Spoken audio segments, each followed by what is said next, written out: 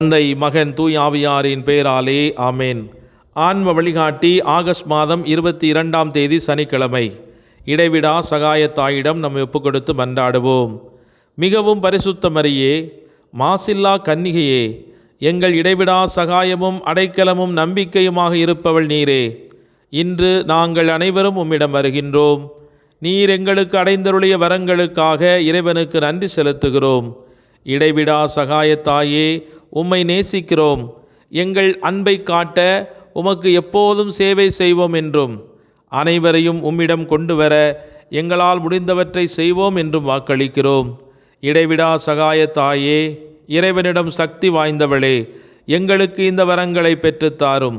சோதனைகளை வெல்லும் பலத்தையும், இயேசு கிறிஸ்துவிடம் தூய்மையான அன்பையும் நல்ல மரணத்தையும் அடைந்து தாரும்.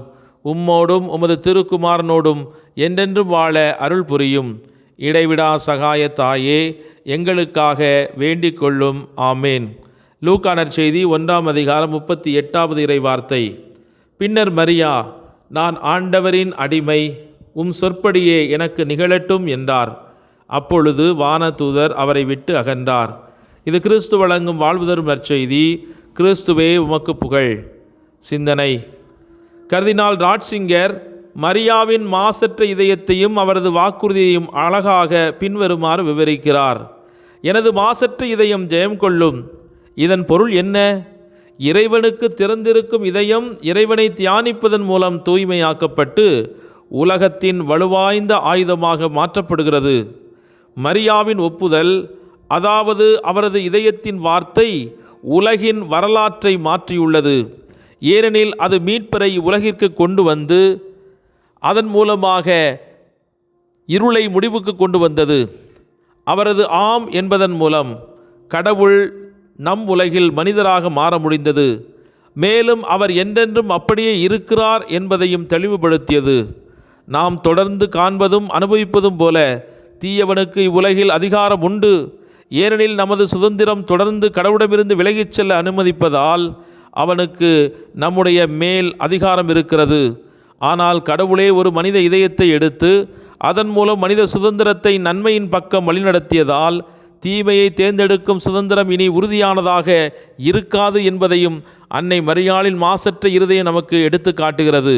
அக்காலத்திலிருந்து மேலோங்கும் வார்த்தைகள் இதுதான்: இவ்வுலகில் உங்களுக்கு உபத்திரங்கள் உண்டு, ஆனாலும் தைரியமாயிருங்கள், நான் உலகத்தை வென்றுவிட்டேன். யோவான் நற்செய்தி 16:33 ஆண்டவர் இயேசு தன் சீடர்களுக்கு கொடுத்த வாக்குத்தத்தத்தின்படியே இன்று நமக்கு துன்பங்கள் இருந்தாலும் அன்னை மரியாளின் மாசற்ற இருதயம் ஜெயம் கொண்டதைப் போல நாமும் ஜெயம் பெறுவோம் என்ற உறுதியான நம்பிக்கையோடு இன்றைய நாளின் ஜெபத்திற்குள் நுழைவோம். ஜெபிப்போமாக. மாட்சியும் மகத்துவமும் நிறைந்த ஆண்டவரே, எங்கள் நல்ல ஆயனே, எங்கள் அன்பு தகப்பனே, உம்மை நன்றியோடு போற்றி துதித்து ஆராதித்து மகிழ்கிறோம். ஆண்டவருக்கு நன்றி செலுத்துங்கள், ஏனெனில் அவர் நல்லவர். என்றென்றும் உள்ளது அவரது பேரன்பு, என்றென்றும் உள்ளது அவரது பேரன்பு என்று இஸ்ராயேல் மக்கள் சாற்றுவார்களாக. திருப்பாடல் 118 1 மற்றும் 2. உமது பேரன்பினால் எங்கள் மூடி மறைத்து உமது அருளினால் எங்களை ஆண்டு வழிநடத்தி வருகிற இறைவனே, உமது பெயர் வாழ்த்தப் பெறுவதாக, இப்பொழுதும் எப்பொழுதும் வாழ்த்தப் பெறுவதாக. காலங்கள் தோன்றும் முன்னே உமது கருத்தில் இருந்த அன்னை கன்னிமரியாளை மீட்பரின் தாயாக தேர்ந்தெடுத்து அருளை முழுமையாய் அருளி ஆற்றல் வாய்ந்த பிசாசின் தலையை நசுக்க மீட்பு திட்டத்தில் ஆண்டவர் இயேசுவோடு இறுதி வரை பயணித்த அன்பு தாயே, எங்கள் அருளின் அன்னையே, உம்மிடத்தில் எங்களை முழுமையாய் ஒப்படைக்கிறோம். தன்னையே பலியாக கல்வாரில் ஒப்புக்கொடுத்த இயேசுவின் பாதத்தில் அவரோடு வேதனை அனுபவித்த தாயின் கருணை உள்ளத்தால் பிறந்த இத்திருச்சபையின் பணியாளர்களை பாவச் சோதனைகள் அணுகாது காத்தருள வேண்டுமென்று உம்மிடத்தில் மன்றாடுகிறோம்.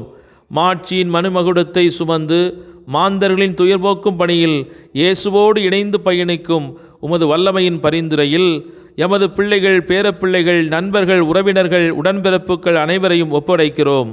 தீவினைகள் எங்களை அணுகாது, பசாசின் வஞ்சக சூழ்ச்சிகள் எங்களை நெருங்காது பாதுகாத்தருள வேண்டுமென்று உம்மிடத்தில் ஒப்புக்கொடுக்கிறோம்.